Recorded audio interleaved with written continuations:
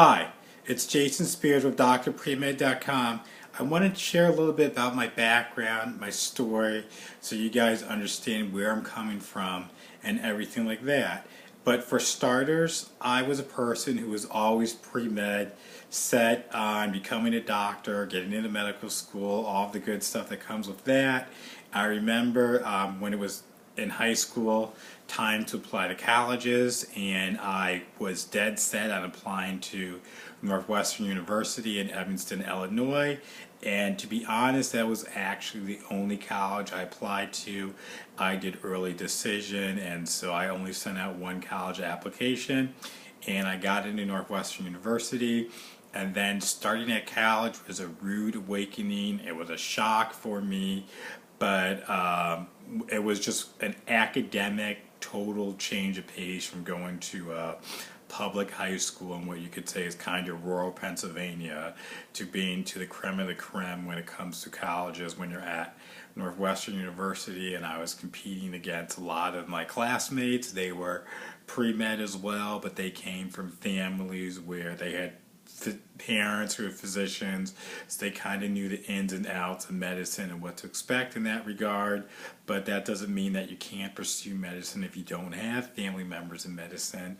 So I just went through the courses, did what I needed to do in the classes, and I just remember general chemistry. That was like such a hard course where I would practically pull all-nighters because I'm like, I can't even sleep either way. I need to study. I need to do well in these classes. And I said, really the only thing that matters in undergrad was doing well in my pre-med courses because that's all that the medical schools were looking at. And so I really sacrificed everything to do well in those courses. I remember just struggling with my classes. Back then we had like the TI, what was it, 83 calculators that you had to use. You guys are probably well advanced in that number series on that, but I just remember going through these courses and then each quarter less and less students in class because people would realize, oh, this is really hard or this isn't for me. They dropped out, didn't return to it or anything like that. And so that was just a case of what happened, and I was gung-ho on being getting into medical school.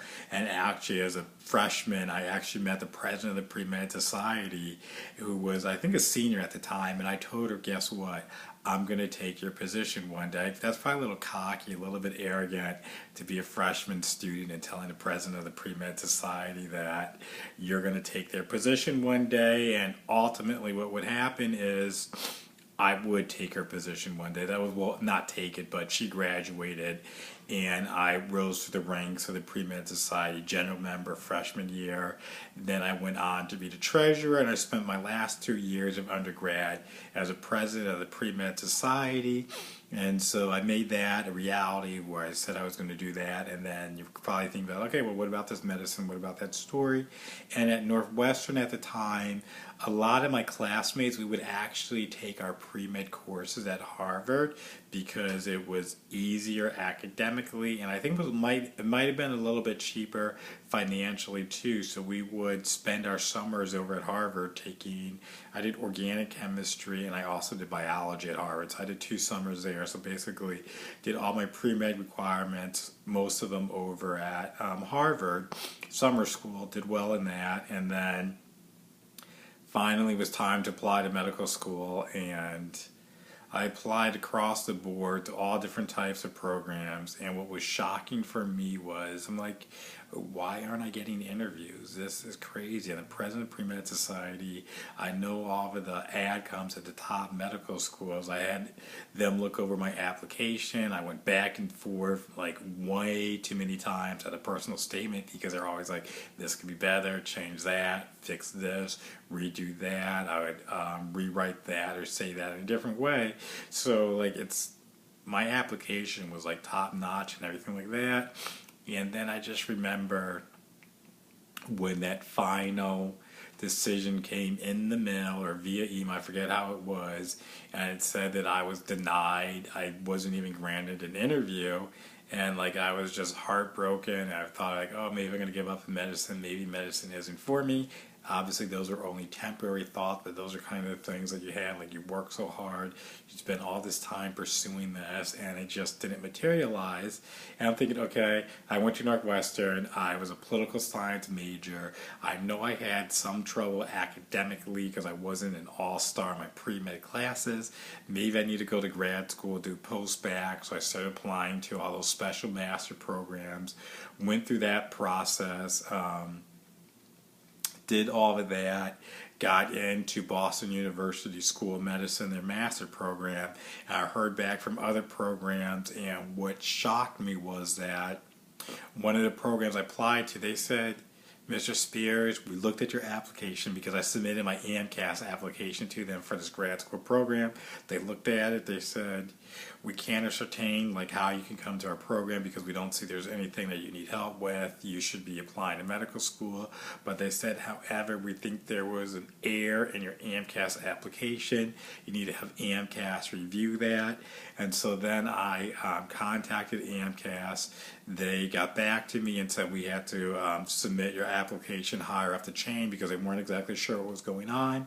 And lo and behold, what I would find out was that there was a fluke in my application. I actually got a letter from AMCAS admitting that they made an error in my medical school application where they calculated my courses from Harvard incorrectly, where they gave me 0 credit hours for half of my pre-med courses. So if you looked at my actual AMCAS application, the courses were listed, but medical schools use computers to screen applicants, and so on the computer end, it was showing that I hadn't taken any of those pre-med courses at all, and so all the medical schools basically were denying my application, which would explain why I got absolutely 0 interviews the first time I applied, because when you looked at the application on paper, the courses were showing up, but when you went through the computer was seeing 0, 0, 0s across the board. And so I did not get into medical school, and obviously that was a shocker.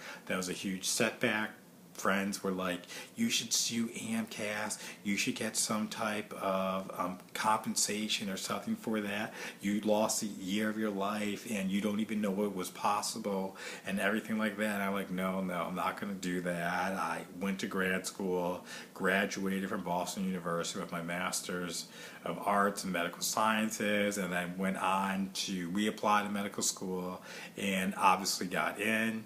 And that's basically a fluke story that none of you guys are going to have, because I'm sure things have changed, and Northwestern's on a quarter system, Harvard's on a semester system, and I'm sure AMCAS is aware of that. They made changes, so you guys don't have to worry about that. But that's a little bit about my background, of what it took for me to go through the process and apply to medical school. So I know what it feels like firsthand to like do all this work, do everything, and then not get in and realize, you know what, it wasn't even my fault, but you know what, we have to take ownership for what happens or doesn't happen for us in life. And kind of with that, that's kind of why I do what I do, to help other students like yourselves who are applying to medical school, pre-med, dead set on becoming a doctor.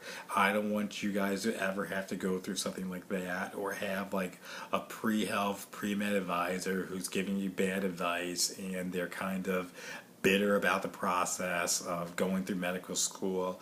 Or oftentimes, you can even ask your pre-health advisors, did they ever apply to medical school? Did they ever get into medical school?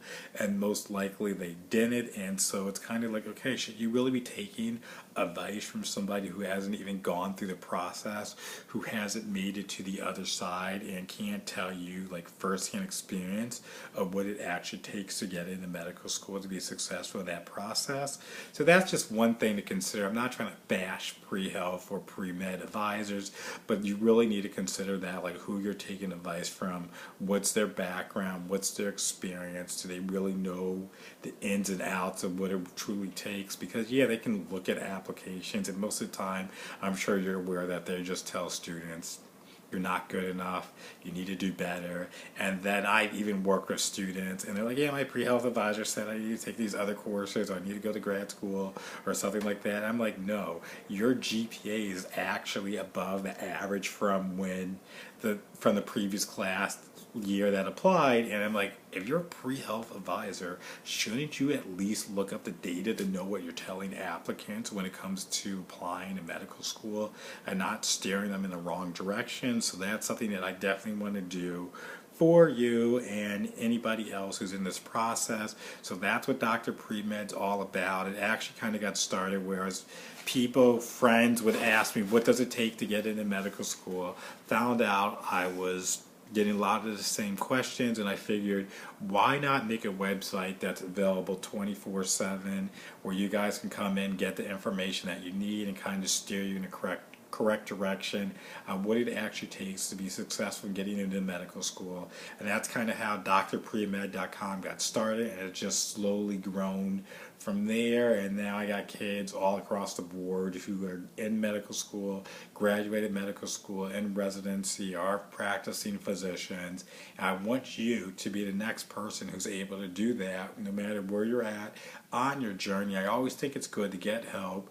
Reach out to somebody who's a step ahead of you, who's already been there, and not necessarily somebody who's just an upperclassman, because they'll tell you advice will work for them, but they don't see the big picture. I do this all the time, so when I give advice, it's not like, oh, this is what worked for Jason, so that means it should work for you. I'm like, no, this is like standard across the board with AdComs, not only just from the universities and institutions I attended, but those contacts I made being the president of Premed Society for 2 years. So I know AdComs at like all the top medical schools that you guys want to get into and everything like that. I know what you need to put in your application to make you stand out, so that an AdCom's basically drooling, frothing at the mouth, at the bit, basically, to invite you to their medical school. There's a certain way you do things, because when you think about it, there's only so many ways that you can slice and dice a GPA and MCAT score,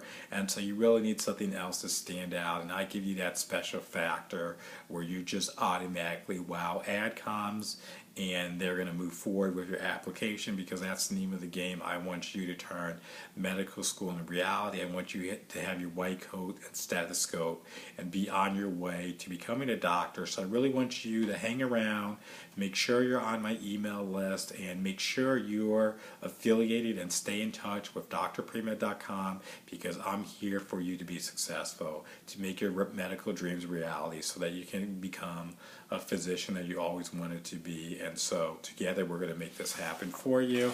And this is Jason with drpremed.com. I'm not going to tell you good luck, because it's not about luck. It's about proper planning, knowing the roadmap, what you need to do, and studying wisely. Make sure you have the top grades, because you're not going to get anywhere if you don't have the grades or the MCAT score. So I want you to keep that in mind. But no matter what, it is possible, it is doable. If you're really dedicated and persistent in this effort, you can change where you're at as a pre-med and successfully matriculate into medical school. Again, Jason with drpremed.com. Thanks.